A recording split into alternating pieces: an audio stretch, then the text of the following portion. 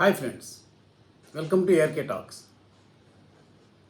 గత ఎన్నికల్లో తీవ్ర చర్చనీయాంశం వివాదాస్పదమై తెలుగుదేశం సారథ్యంలోని కూటమి పక్షాలకు గొప్ప ఆయుధంగా మారి అప్పటి ముఖ్యమంత్రి వైఎస్ జగన్మోహన్ రెడ్డిని తీవ్ర ఇరకాటంలోకి జవాబు చెప్పుకోలేని స్థితిలోకి చేర్చిన రిషికొండ ప్యాలెస్ వివాదం ఎట్టకేలకు ఒక దరికి చేరుతున్నట్లే ఉంది.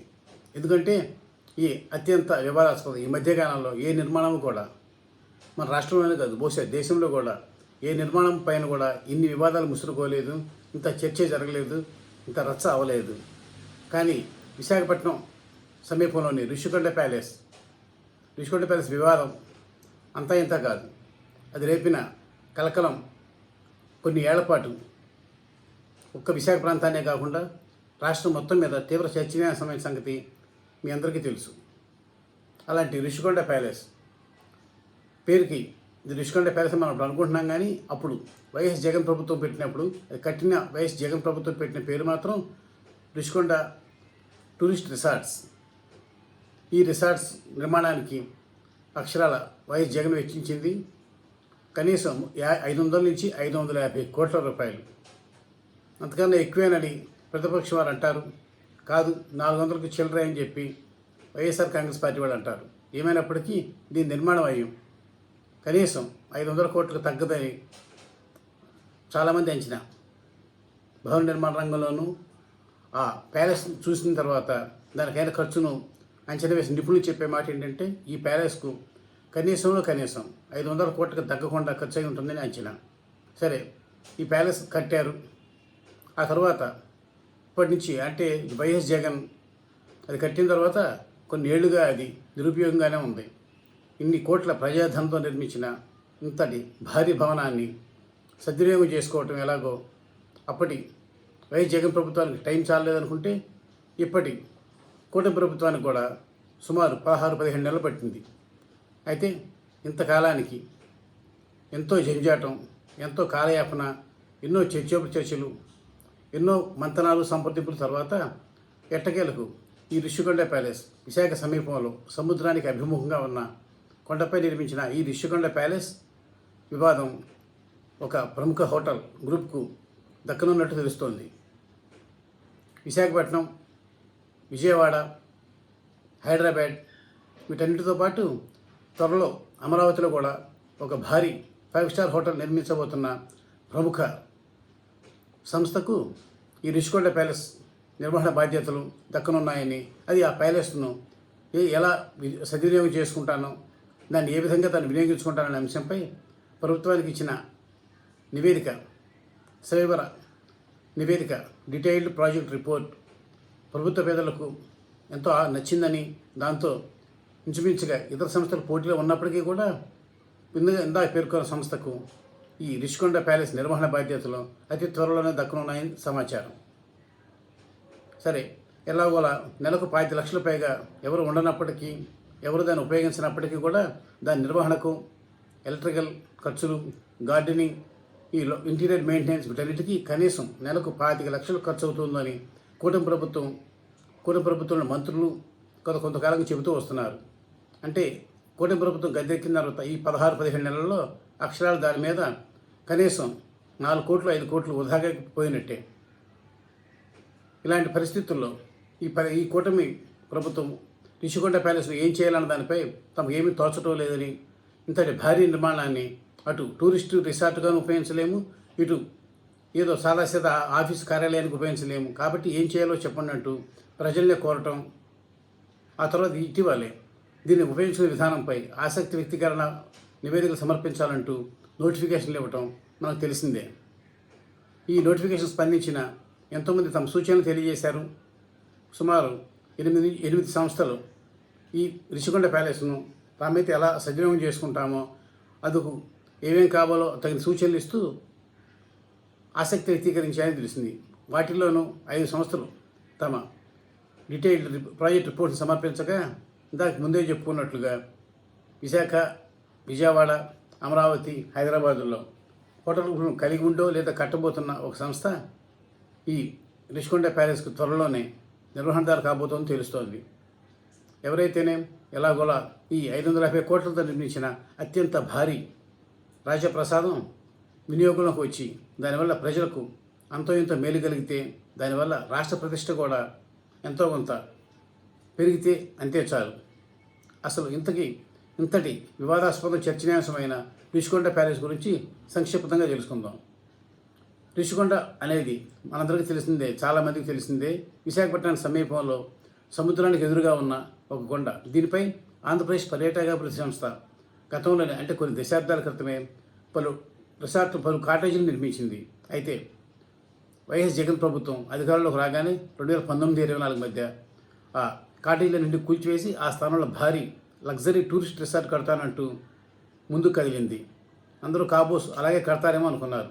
అయితే రిసార్ట్ శంకుస్థాపన సభలో అప్పటి పర్యాటకాభివృద్ధి మంత్రి శ్రీమతి రోజా చేసిన ప్రకటనతో ఇదంతా టూరిస్ట్ రిసార్ట్ కోసం కాదని, త్వరలోనే దీనిని అప్పటికే 3 రాజధానుల పాట ఆలపిస్తున్న జగన్ విశాఖలో ఉండటానికి అనువైన ఇంటిని, క్యాంప్ కార్యాలయాన్ని నిర్వహించడం కోసమే ఈ బిల్డింగ్ను ఇలా నిర్మించబోతున్నారని అందరికీ స్పష్టత వచ్చింది. అనుకున్నట్లుగానే అక్కడ టూరిస్ట్ రిసార్ట్ లాంటివి కాకుండా జగన్ కోసం అన్నట్టుగా సుమారు 9.88 ఎకరాల సువిశాల విస్తీర్ణంలో ఋషికొండను పూర్తిగా గుండుకొట్టి, అప్పటిదాకా వృక్షాలు పచ్చదనంతో అలరాడుతున్న ఋషికొండకు పూర్తిగా గుండుకొట్టి, పర్యావరణానికి జల్లగొట్టి, అందరి కళ్ళకు గంతలు కట్టి వైఎస్ జగన్ ప్రభుత్వం ఋషికొండలో ఆ కాటేజీల స్థానంలో భారీ రాజప్రసాదాన్ని నిర్మించింది. G+1గా కలిగిన 4 భారీ బంగ్లాస్ ఈ ప్రాకారంలో ఉన్నాయి. వీటికి మాత్రం ఘనమైన పేర్లే పెట్టారు. ఆ ప్యాలెస్ పేరు తగినట్టుగా, ఆ స్థాయి తగినట్టుగా గజపతి, కళింగ అనే పేర్లతో రెండు బ్లాక్స్ ఉంటే, ఇంకొకటి వేంగి, ఈ వేంగి రాజుల పేరు మీద ఇంకో 2 బ్లాకులు ఉన్నాయి. వీటిని వైఎస్ జగన్ కనుక మరోసారి, అంటే 2024 ఎన్నికల్లో కూడా వైఎస్ జగన్ కనుక ముఖ్యమంత్రి అయినట్టు అయితే గెలిచి ఖచ్చితంగా ఆయన విశాఖ నుంచి పరిపాలన సాగించేవారు. ఈ ప్యాలెస్లో నుంచే ఆయన నివాసం ఉండి అక్కడి నుంచే పరిపాలన సాగించేవారు. అయితే తాను కూడా తెలిస్తే దైవం కూడా తెలిసింది అన్నట్లుగా ఆ ఎన్నికల్లో జగన్ చిత్తుగా ఓడిపోయారు. దీంతో తను ఎంతో ముచ్చటపడి నిర్మించుకున్నా లేకపోతే ఆయన అభినందనలు, ఆయన ప్రశంసలు చొరగొనాలని అప్పటి కొందరు మంత్రులు, టూరిజం శాఖ అధికారులు అత్యుత్సాహంగా నిర్మించిన ఈ ప్రసాదం జగన్ కాలు మోపకుండానే, జగన్ ఒక్క రాత్రైనా అందులో ఉండకుండానే జగన్ గద్దె దిగిపోవాల్సి వచ్చింది. ఆ తర్వాత కూడా, అంటే సుమారు ఎన్నికల్లో గెలిచిన తర్వాత కూటమి ప్రభుత్వం అధికారంలోకి రాగానే వారిని ఎదురైన చాలా ప్రశ్నల్లో ముఖ్యమైనది రిషికొండ ప్యాలెస్. జగన్ ప్రభుత్వం ఎంతో ముచ్చటపడి ఆయన కోసం కట్టించిన 500 కోట్ల విలువైన భారీ రాజప్రసాదం. ఒక వ్యక్తి, సీఎం అనే ఒక వ్యక్తి ఉండటానికి రాజులు, చక్రవర్తులు తలదన్నే రీతిలో నిర్మించిన ఈ సువిశాల రాజప్రసాదాన్ని, ఈ అత్యంత లగ్జూరియస్ ప్యాలెస్ని కూటమి ప్రభుత్వం ఏం చేయబోతున్నది $1 బిలియన్ ప్రశ్నగా మారింది. దీనికి సమాధానం చెప్పడానికి కూటమి ప్రభుత్వం చాలా సమయమే తీసుకుంది. కనీసం 16-17 నెలల్లో ప్రజల నుంచి అభిప్రాయాలు కోరింది, సంస్థల నుంచి ఆసక్తి వ్యక్తీకరణ కోరింది, ఇతర ఎన్నో వర్గాల నుంచి సలహాలు, సూచనలు అభ్యర్థించింది. అయితే ఇవన్నీ కూడా కలహరణానికి దొరకడని చెప్పలేం, కానీ ప్రజలకు ఇంత నెలకి 25 లక్షల మెయింటెనెన్స్ ఖర్చులు కట్టే ఈ ప్యాలెస్ను ఎంత త్వరగా వినియోగంలోకి తెస్తే, ఏదో రకంగా సద్వినియోగం చేస్తే అంత మంచిదని అందరూ భావించారు. ఈలోగా గత నవంబర్లో చంద్రబాబు నాయుడు ఆయన సారథ్యంలోని కేబినెట్ మంత్రులు, ఇతర అధికారులు మీడియాను వెంటబెట్టుకున్న మరి రిషికొండ ప్యాలెస్లో జరిపిన సందర్శన, బిల్డింగ్ టూర్ ప్రజలను నివేరపరిచింది.